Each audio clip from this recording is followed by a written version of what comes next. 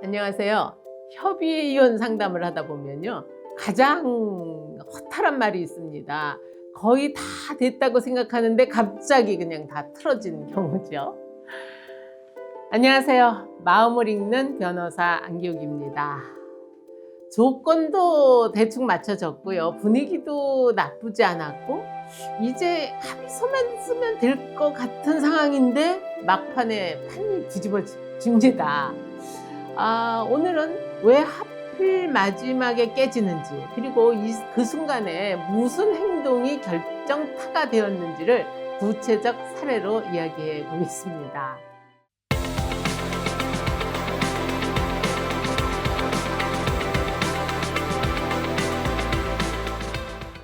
첫 번째 사례입니다.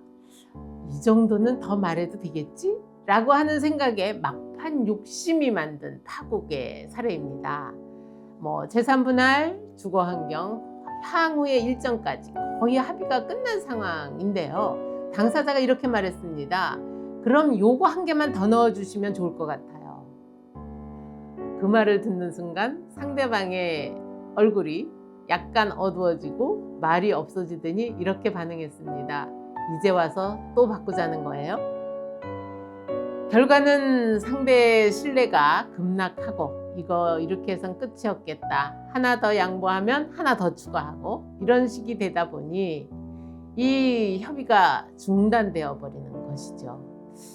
협상이나 협의의 막판에는 이렇게 조건의 크기보다는 신뢰의 안정성이 훨씬 중요해집니다.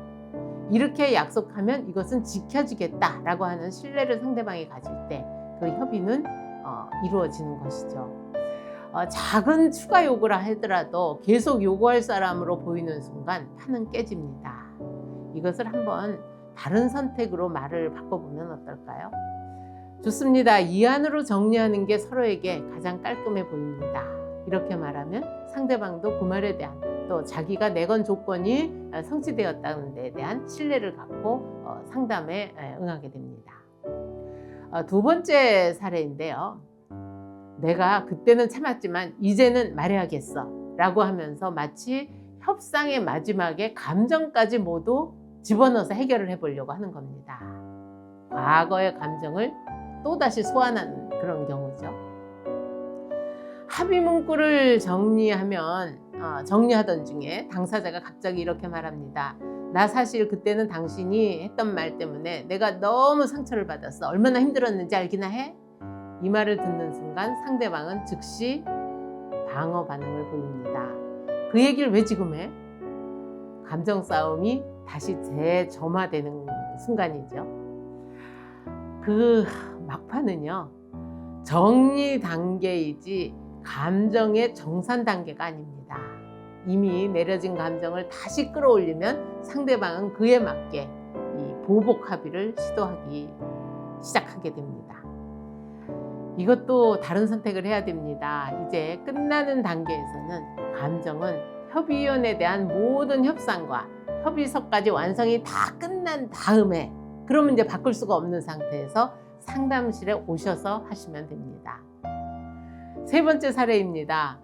주변 사람이 끼어드는 경우, 이게 또 막판 뒤집기를 합니다. 주변 사람들이 이렇게 말합니다. 너 그렇게 하면 손해야. 이 한마디의 위력이 엄청납니다. 상대가 거의 동의한 상태에서 갑자기 태도가 바뀝니다. 어제 누가 그러는데 그 조건은 말이 안 된대. 이러는 거죠. 그래서 저는 사실은 저희 사무실에서 상담할 때는 가능한 한 주변 사람들을 뺍니다. 초치기를 하거든요. 이렇게 되면 협의 조건이 전면 재검토하는 것으로 들어가게 됩니다. 이미 합의한 내용까지 다 구체적으로 되어 있는데 그것까지 후퇴하게 되는 거죠. 막판에 제3자가 끼어들면 상대는 내가 속고 있는 거 아닐까? 라는 불안감을 느끼게 됩니다. 특히 그 끼어든 제3자가 가족이거나 친족일 때 그 말의 그 힘은 이 합의의 그 균형을 쉽게 무너뜨리는 것입니다. 그래서 막판에는요, 상대방의 그 말에 대해서 제3자가 끼어들거나 제3자의 말을 인용하는 거 절대 하지 마시고요. 오늘은 이 안을 기준으로 마무리하자. 라고 하는 정도의 구조로 고정시키는 게 매우 중요합니다. 다음 네 번째 사례입니다. 이 태도가 이겼다라는 쪽으로 바뀌는 건데요. 이런 것은 말보다 이 표정이 문제인 순간이 있습니다. 합의가 유리하게 흘러가자 당사자의 태도가 갑자기 슬그머니 달라집니다.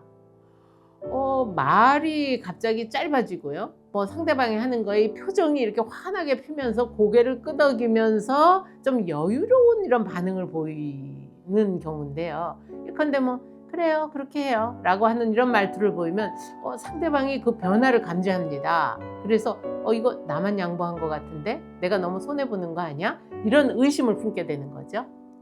이런 형태의 태도는 결국 상대방의 그 자존심을 자극해서 이거 다시 뭔가 봐야겠어 라고 하면서 한 발짝 물러나게 만드는 이런 결과를 가져옵니다.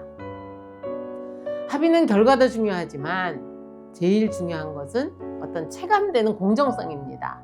내가 억울하지 않다. 내가 공평하게 어느 정도 공정한 협의에 이르렀다라고 하는 것을 신뢰하게 하는 것이 매우 중요합니다. 상대가 내가 졌다고 느끼는 순간 협의는 불안정해지죠. 그래서 이때도 협의가 다 되고 나도 그것을 원하는 결과라면 우리 서로 조금씩 정리한 결과라고 생각합니다. 라는 정도로 상황과 조건이 두 사람의 협력에 의해서 결론지어졌다라고 하는 느낌을 갖게 만드는 것, 이것이 가장 중요하다고 보입니다. 마지막 다섯 번째 사례입니다.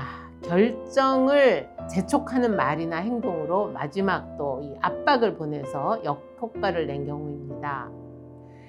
이 정도면 충분히 얘기했으니까 오늘 결정하죠 라고 하면서 빨리 끝내고 싶다고 하는 독촉, 욕구 사인을 표현하게 되면요, 상대방은 강요받는다는 그런 느낌과 함께 상대에게 급한 것은 당신이지 내가 아니다 라고 하는 이런 의심을 갖게 합니다. 결국 최종 서명을 거부하고 다음 기일로 연기된 경우인데요. 이렇게 막판일수록 상대방은 자기 자신의 그 결정에 대해서 예민해지는 것은 당연한 거거든요. 그래서 재촉은 합의를 빠르게 하는 게 아니라 오히려 도망치게 만든다 하는 거 기억하시면 좋겠습니다.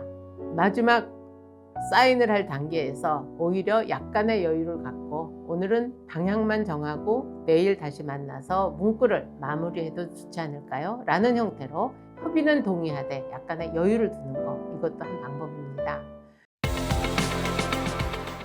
다시 한번 정리해 보겠습니다. 막판에 가장 중요한 건 조건이 아닙니다. 협의가 뒤집히는 이유는 대부분 이런 환경에서입니다. 조건이 나빠서가 아니고 감정과 신뢰가 흔들려서. 막판에는 더 받는 것보다 덜 흔들리는 것이 중요합니다.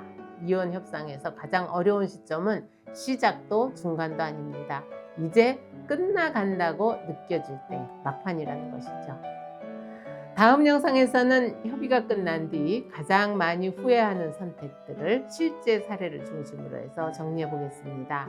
합의서에 도장을 찍고 난 뒤에라야 보이는 것들이 있습니다. 다음 이야기에서도 여러분들의 선택이 조금 더 안전해질 수 있도록 함께 살펴보겠습니다.